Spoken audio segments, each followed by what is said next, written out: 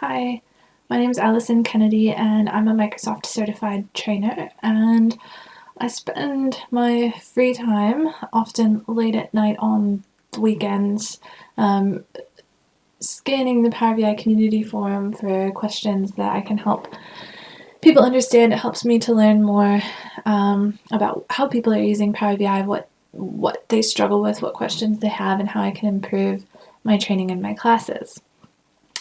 So Friday night, yesterday, I was answering a question in the forum, not exactly at the top of my game, and so I came across this question from Applicable 88. And they have a fairly common problem. So what they have is they've got a fact table, a dimension table, and another fact table, if you will. So in their fact table, they've got all of the orders coming through for different types of materials. These are the materials that they manufacture, and each material takes a different amount of time to process and manufacture, and they need to pull that time into the order fact table so that they can figure out how much time is needed to manufacture each one of these orders. Sounds like a basic business requirement, pretty simple, but how do we get the data into the right tables? I'm going to open up the sample Power BI desktop file and show you why this is a problem. So what we've got going on here is we've got the time that it takes to manufacture each one of these materials. So we have the prep time and the manufacturing time for each material, and each material has different processes that it goes through. So depending on the order, they may select one or all or just a few of those different processes. So we need to take the prep time for each process and each material, and we need to add it up and apply it to the order number. Except the cross-filter direction of our relationships does not allow us to take information from this table into here and into here. We get stuck, right? So when I am explaining relationships in my classes, I always talk about how salmon can swim upstream, but your data can't. Your data is not like salmon, so it cannot go against the grain of the relationships. So we can have our fact table, and essentially that's an expanded table, and it includes all of the columns and the information from this filter table, from this dimension table. But it doesn't include all the information from the manufacturing timetable. So to get the time calculations into here, we need to use some DAX in order to manipulate the context and tell it how exactly do we want to add up these times to get them into the fact table. Late on a Friday night, I made this suggestion, and I said, well, great, we need to change the context, so we need to do a sum across each row in the fact table. And when we sum across each row in the fact table, that puts us within the context of that fact table. And I'll pull this up at the same time so we can see these side by side. So now that I'm in the fact table, I'm doing a sum x, and sum x is what we call an iterative function. It iterates over each row in the fact table. And so our sum x function is going through each row in the fact table, and it's performing this calculation as a virtual calculated column, which is pretty cool. Now, if you've been in one of my classes before, you'll have heard me say, don't use a sum or an aggregate function in a calculated column. And look what I did. I put a sum x inside of a sum x as a calculated column. Bad, Allison, I know better. That's terrible. This is going to cause some funny results. And this is a really fascinating one because this happens very often and it's not immediately obvious because we're pulling data from one fact table into another fact table. It doesn't inflate the results as much as it sometimes does when we're using a sum in a calculated column. And that's why late at night I forgot the golden rule and I didn't notice the errors. So Applicable 88 said, awesome, Allison, thank you so much. This is a fantastically detailed solution. It kind of works, but we don't have the right totals, right? So where is this 3,000 coming from? That doesn't make sense. You can clearly see that we've only got 120. Why is that adding up to 3,000? Okay, well, if I select one material, then I'm filtering just one material number, then it works. But if I've got all of my materials, it's giving me a very strange value for totals. And that's because we're doing an aggregate sum x inside of a calculated column, inside of another sum x. No, bad, don't do it. Okay, so Applicable 88 says, how do we fix these totals? And then they come back and they say, all right, well, if we turn this relationship here and set it to a cross-filter direction of both, that allows us to be able to filter and pull the data into both areas, and somehow that magically fixes our totals row. If we go back to the model and we turn off our cross-filter direction both, and we turn that back to single, which is the default for a many-to-one or a one-to-many relationship, always set your cross-filter direction to single.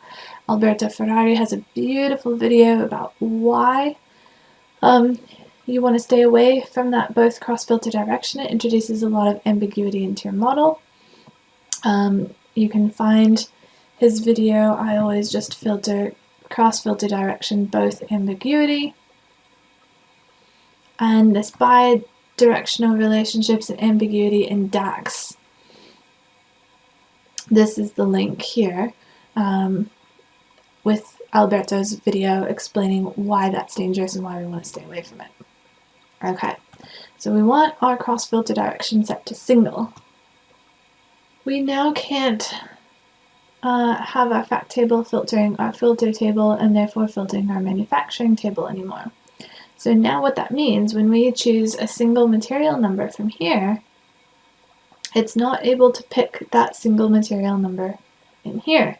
And when we are looking at multiple materials, that means that our totals are going to be incorrect. So the question is, can you tell me what exactly is happening inside some x within some x within some x? And why do the totals work sometimes and not other times? And why, for example, does this one not work?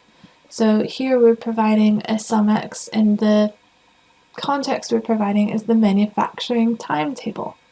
So that is the manufacturing time table over here, right?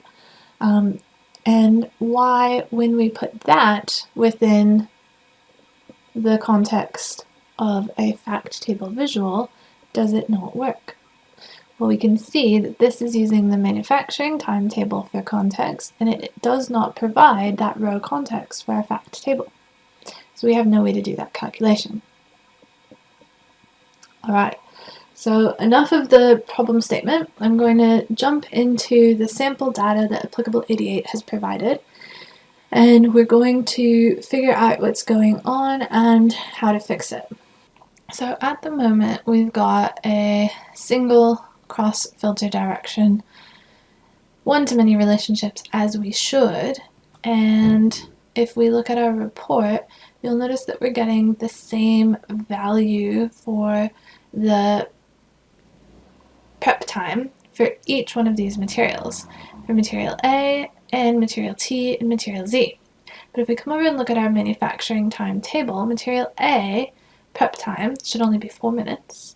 Material T is not even in here at all, and material Z should be 6 minutes. If we go back to our data model, Applicable 88 has discovered that if we convert this relationship into a both cross-filter direction, that changes the results of our measures and our calculations. So we're going to change this relationship, and we'll set it to a cross-filter direction of both, even though we're not supposed to. And when we do that,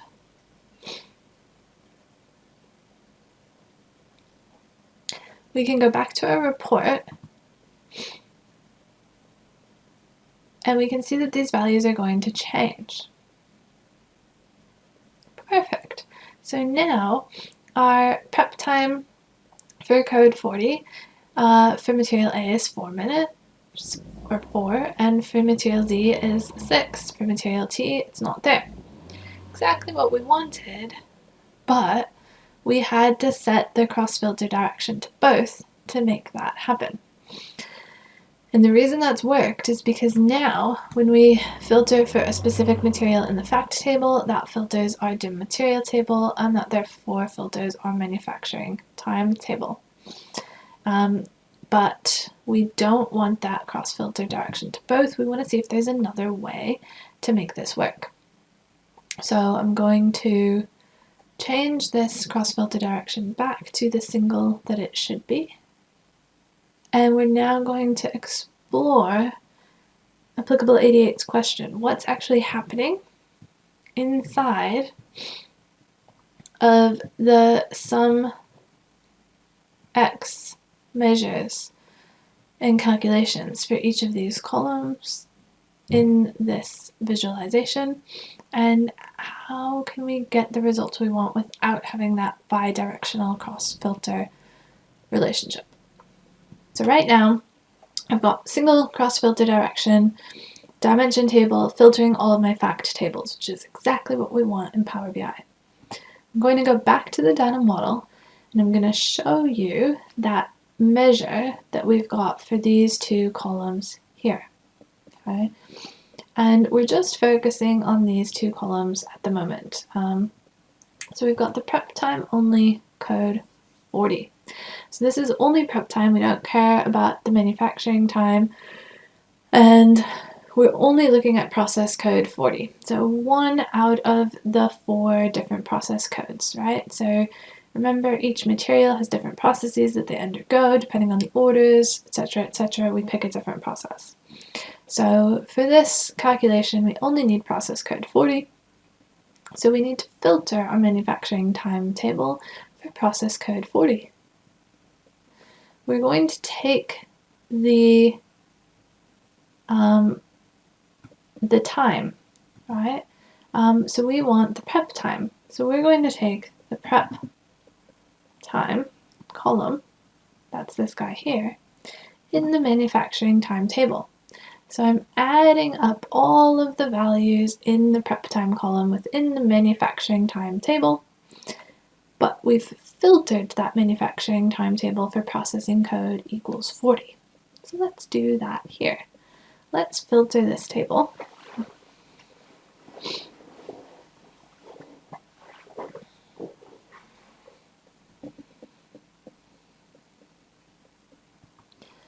We're going to filter this visual for process code is equal to 40.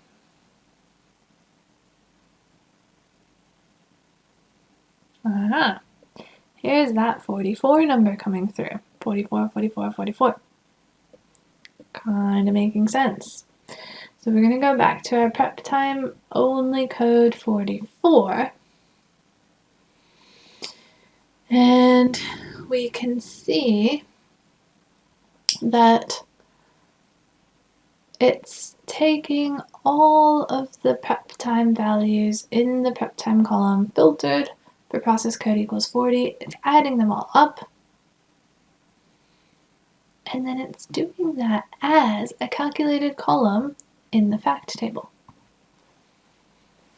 Now, this is the awesome thing and the dangerous thing about the sum x, about the iterative measures. So what I'm going to do, and what I like to do in my data models, is actually take this sum x function. It's a virtual calculated column that we're adding to the fact table, but we don't get to see it.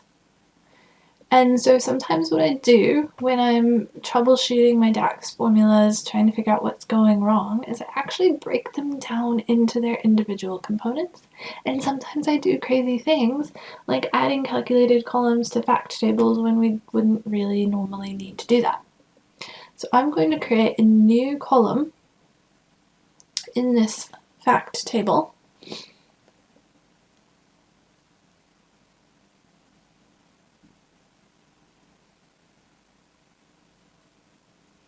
And I'm going to call this sum x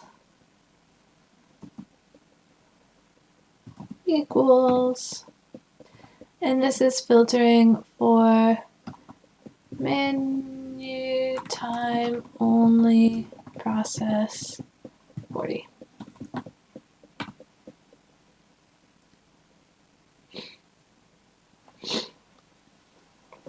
So we're doing an aggregate function inside of a column, and that is not okay. So when we do this, we're going to end up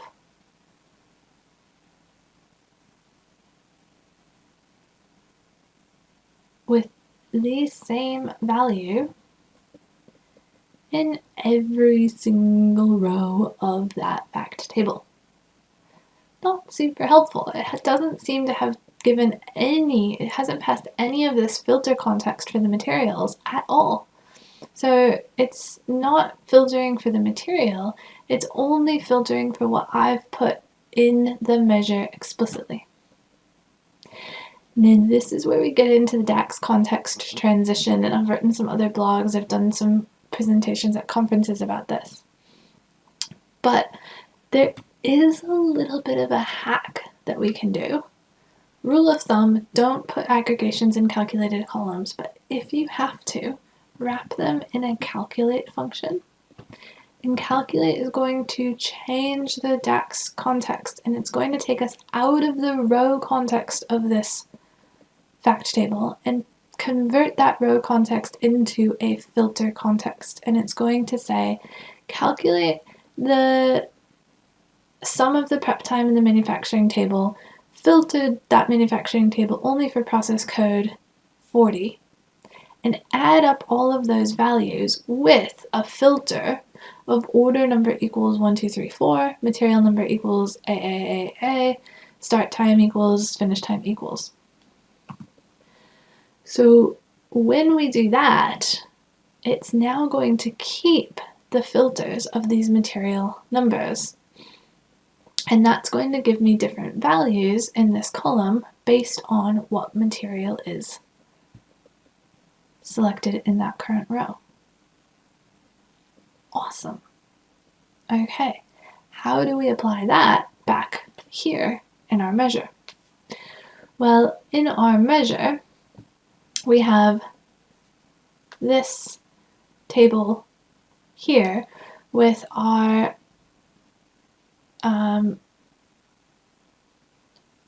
prep time only code 40. And so what I'm going to do is I'm going to create a new measure, and we'll write that again. But this time, we're going to do it properly, and we're going to use the calculate function.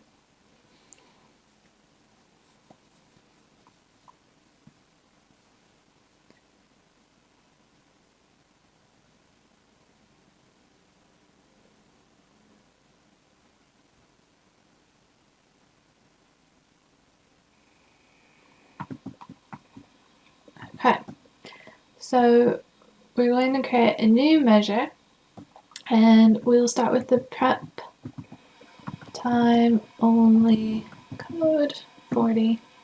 So we're looking just at the code 40, we're just looking for the prep time. But we want that in our fact table. So we're going to do a sum x, and we're going to iterate over the entire fact table. Now, for each row of the fact table, we want to calculate an aggregate measure. And we want to aggregate in the manufacturing timetable all of the prep time for material that's selected in our fact table and for process code 40. So I'm going to do another sum x, and this time I'm going to filter the manufacturing timetable, and we'll put this on another row. And the filter that we're going to add to that table is process code equals 40. So there's my filter. And we're calculating the sum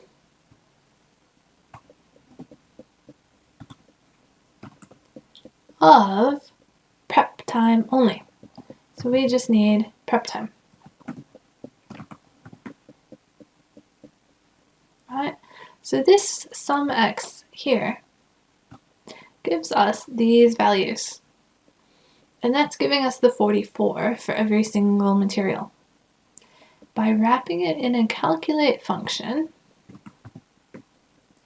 what that does is it enables us to convert the row context of this fact table into a filter context and say, okay, well now I want to filter this table for just A, and that is going to give us a 4 instead of a 44. It's going to do that for every single row, and then it adds up all the rows for our total. So let's see if it works. We need to close the brackets for the sum x, which stacks will do for us automatically.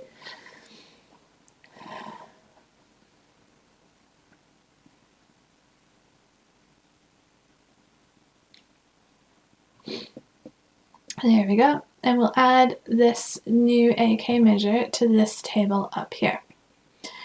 So you'll see that this table is only using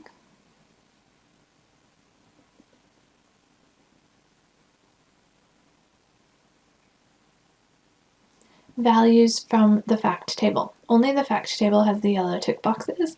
So right now, the context of this visualization is strictly within the fact table. And what we're going to do is we're going to add that new AK measure to this fact table context and see if we can get the correct results that we are looking for. We are expecting the total time for processing for this order to be 4, this one to be 4. We don't have any processing times for this material, so that should be blank.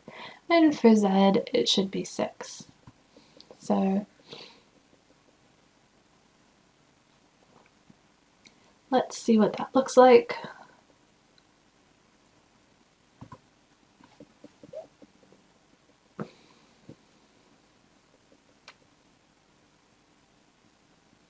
Voila. So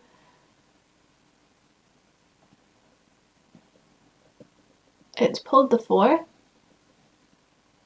it's pulled the 6, but why has it pulled the 15?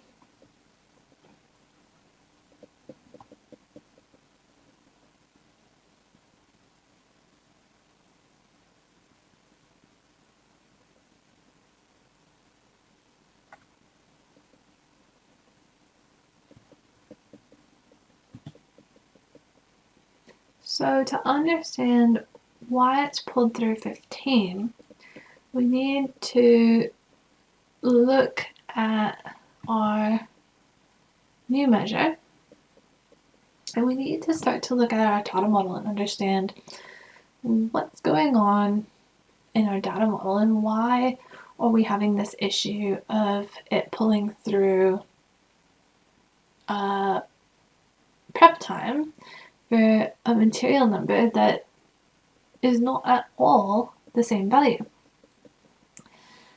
So what we've got is we've got a material number of TTTT, and it's pulling through the prep time for DDDD. Why? Well, the secret is that both of those are missing from the other table. So they're not in our filter table, in our dimension table. So we don't have the material number of DDDD in our dimension table, and we don't have the material number of TTTT in our dimension table. Now remember, our data model, our filter table, our dimension table is the glue that binds these two together. And so because TTTT is blank and DDDD is blank, it says, oh great, blank to blank, let's match those, and we're going to pull through the 15. Not quite right. Okay, well, how do we fix that?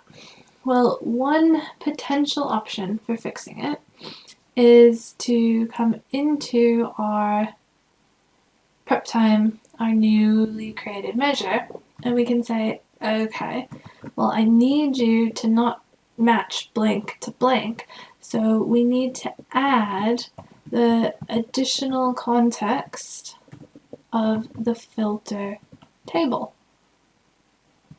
And then again, we need to make sure that we wrap that inside of a calculate.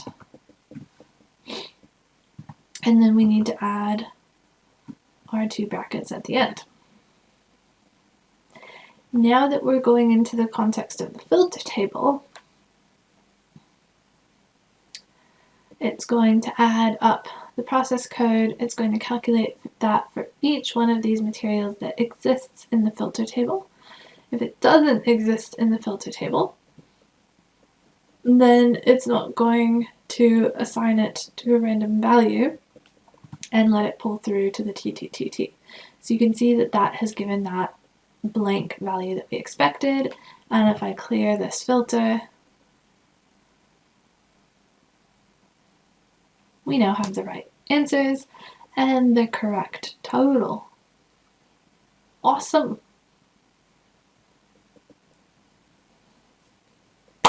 Let's see if we can do our 15 blank issue. Let's see if we can fix that a different way. So what I'm going to try is I am going to create a new dimension table that contains all of my materials. So we'll do material AAA,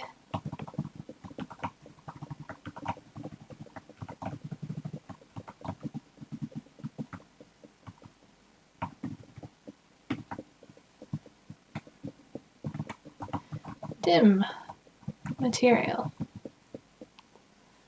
and we'll load this. Maybe I'll show you another way that we can create that later.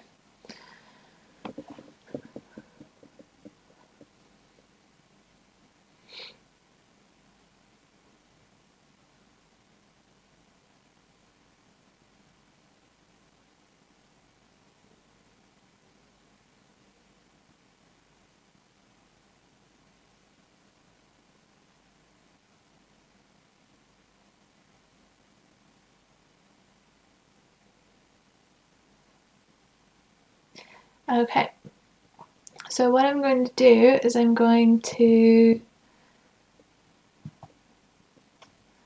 create a new measure.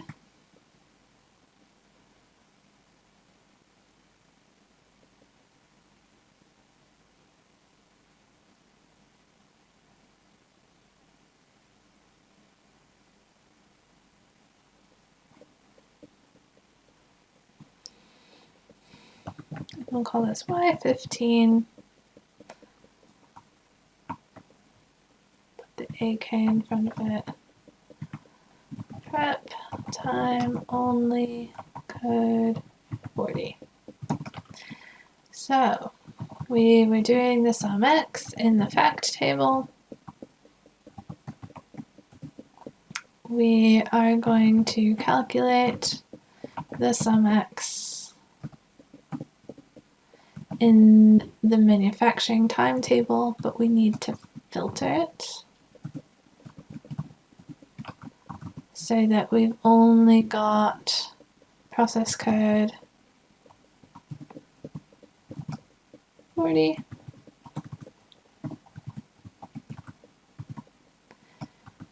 And we want the sum of the prep time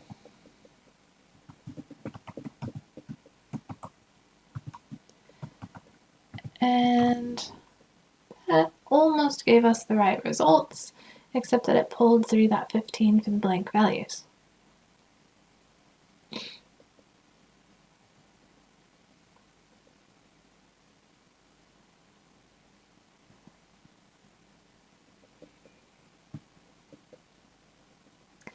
So let's add that to our table.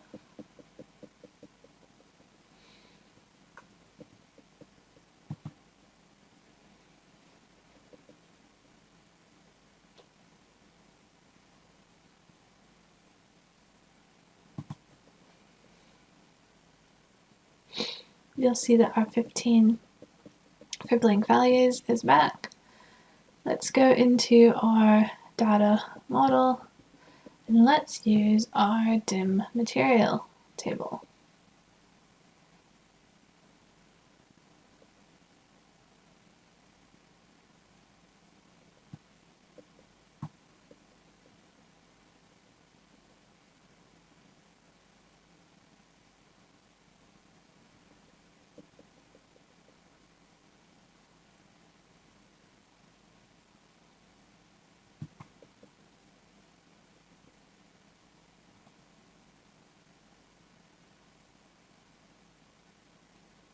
Wow, would you look at that? The 15s have disappeared.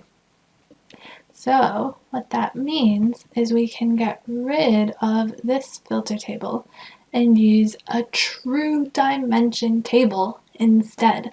It must contain every single value of every single material that's in both fact tables, or all fact tables, really. All right. Now, I did that by just typing the values in to do an enter data, but we could do that a little bit more elegantly using Power Query.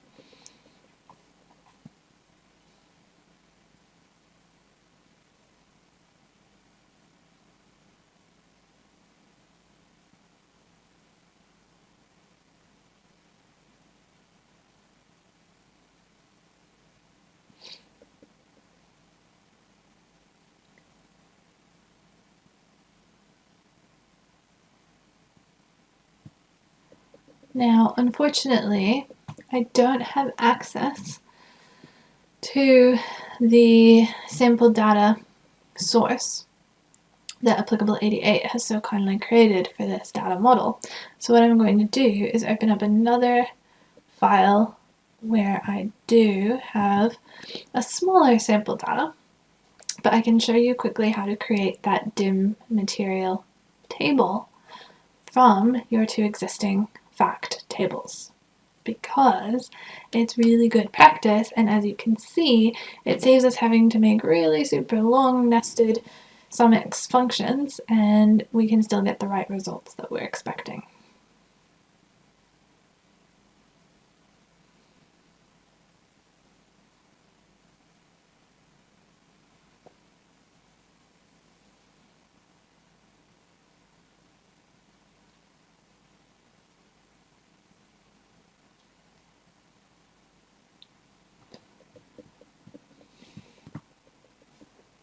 Okay, I've now copied the data into a file so that we can have access to the query editor and permission to edit without needing access to Applicable 88's Excel file on their desktop.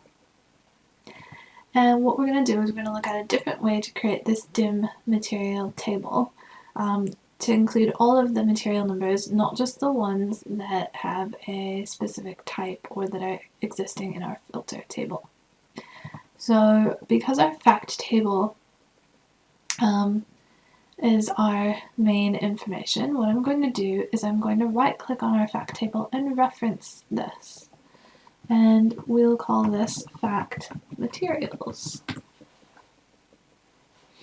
Now the only column that I need in here is the material column.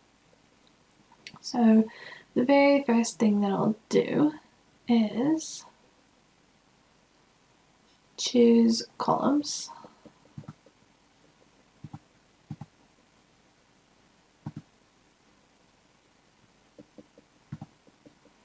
And we only need the material number.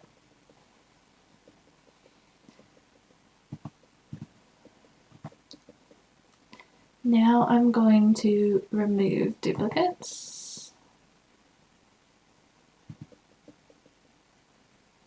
And I'm going to do the same thing with the manufacturing timetable. I'm going to right click, reference, and we'll call this manufacturing time materials. And again, we only need the material number. I'll do it a different way this time. Right click on the one I want to keep, remove other columns, and remove rows, remove duplicates. Okay, so now I need both of these tables combined into a dim material table. I'm going to get rid of this old dim material table that we don't need. That's the one that I just typed in manually. And instead, we are going to append these two queries as new. And I will call this fact materials, manufacturing time materials, append, because they both have a material number column. And it's spelled exactly the same in both tables. You can see that it's combined them. And we'll just do one more, remove duplicates. Now, lots of remove duplicates is going to slow down your query. So hopefully we have a true dimension table somewhere that we've got access to in our database. I'm going to move this to a group and we'll call this material, we'll call this dim materials reference queries.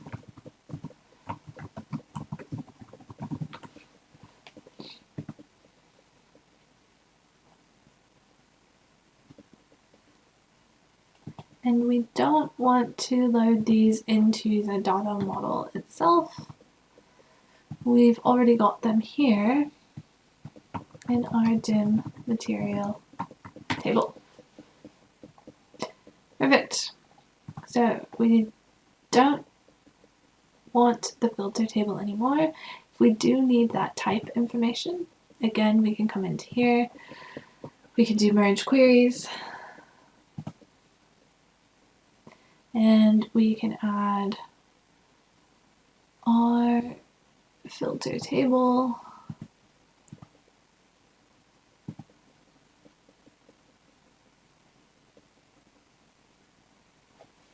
And pull through just the type. And again, we don't need to load that, and we can put that in our reference queries. So now we've just got our four tables, our two facts, our filter table, which we're now calling dim material, and our key measures. So if we close and apply our changes, we'll have a few things to fix in our model.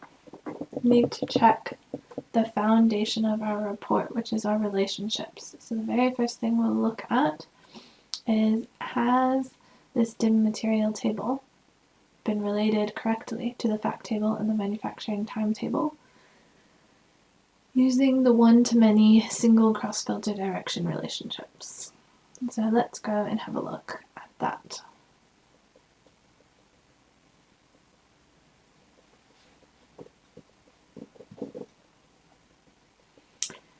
Here they are. Single cross-filter direction, one-to-many, nicely related. Let's go to our report, and you'll see that this prep time code, where we were referencing that filter table that no longer exists, we can reference the dim material table now instead and fix that.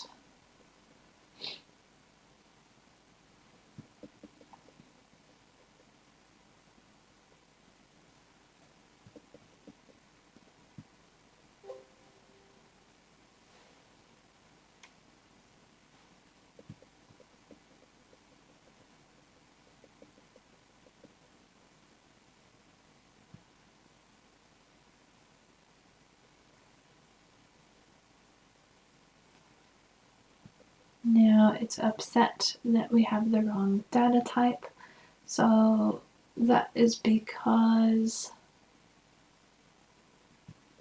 my material number used to be text,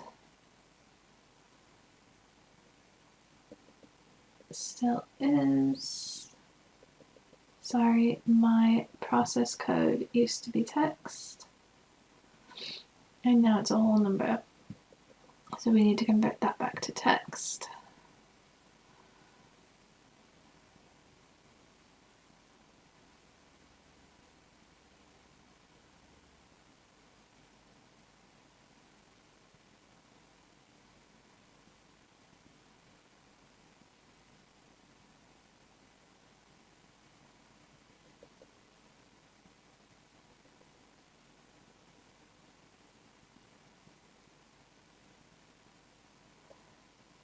And this is looking for the material number from the filter table that no longer exists. So we're going to replace that with the material number from our new dim material table.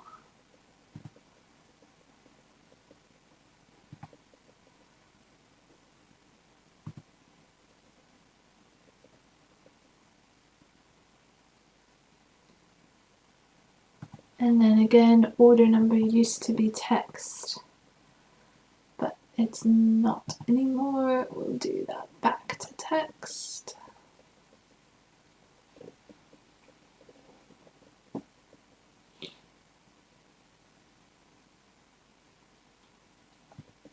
And that will fix this filter.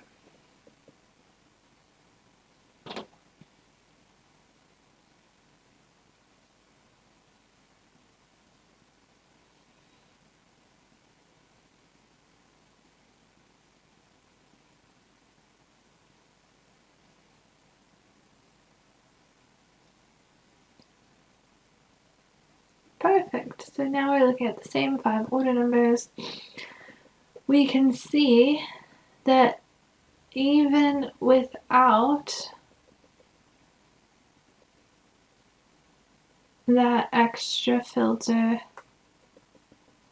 on our filter table, the 15 is not pulling through anymore, and that's because we're using a true dimension table, our dim material table, instead of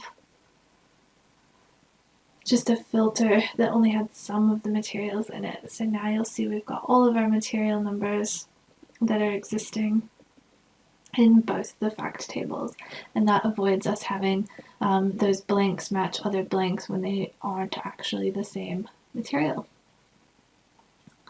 So this bit here is not giving us the right values because we forgot to use that very important calculate function. This measure here is giving us the correct values, and if we want to, we could break these into their components, and each one of these that's nested inside of a calculate, we could create that as an individual measure if we needed it somewhere else in the model. Whew. I don't know about you guys, but I think I am ready to go and grab a tea or a coffee. Hopefully you found this helpful. It's a little bit more disorganized than some of the posts that I normally do, but it's also very real world examples. It's nice to have some concrete data that we're working with. So thank you to Applicable 88 for providing the sample file and a fantastic question for me to be able to do this deep dive into debunking what's going on underneath the hood of our DAX measures, and hopefully you've gotten a little bit of insight into how I personally troubleshoot these problems, focusing on a small sample set of the data, making sure that you're including all the possible scenarios. So I included some of the materials that weren't in our manufacturing table, some that were, making sure that you're including odd numbers of materials. So we've got the A in here twice, the Z in here only once. All of that's really important. Otherwise, you'll end up creating something that you think is a solution, like I did last night, Friday night late, not realizing that it's incorrect until you get it into that specific scenario in the real world, where, oops, somebody's ordered more than one of the material. That rarely happens, but as soon as it does, it just blows out your whole calculation. So focus on small sample of the data, but make sure that that small sample is representative of the entire population of the actual data that you're working with. Use the iterators to help you move in and out of row and filter context, and use calculate to give you that filter context and help act as kind of a cheat so that we can do aggregate functions inside of a calculated virtual but still calculated column without getting the wrong results or blowing up the numbers and the totals like we've done with this measure here. Alright, we'll call that a day. Let me know if you've got any questions, pop them into the comments below. Look forward to hearing from you and see you guys around the community.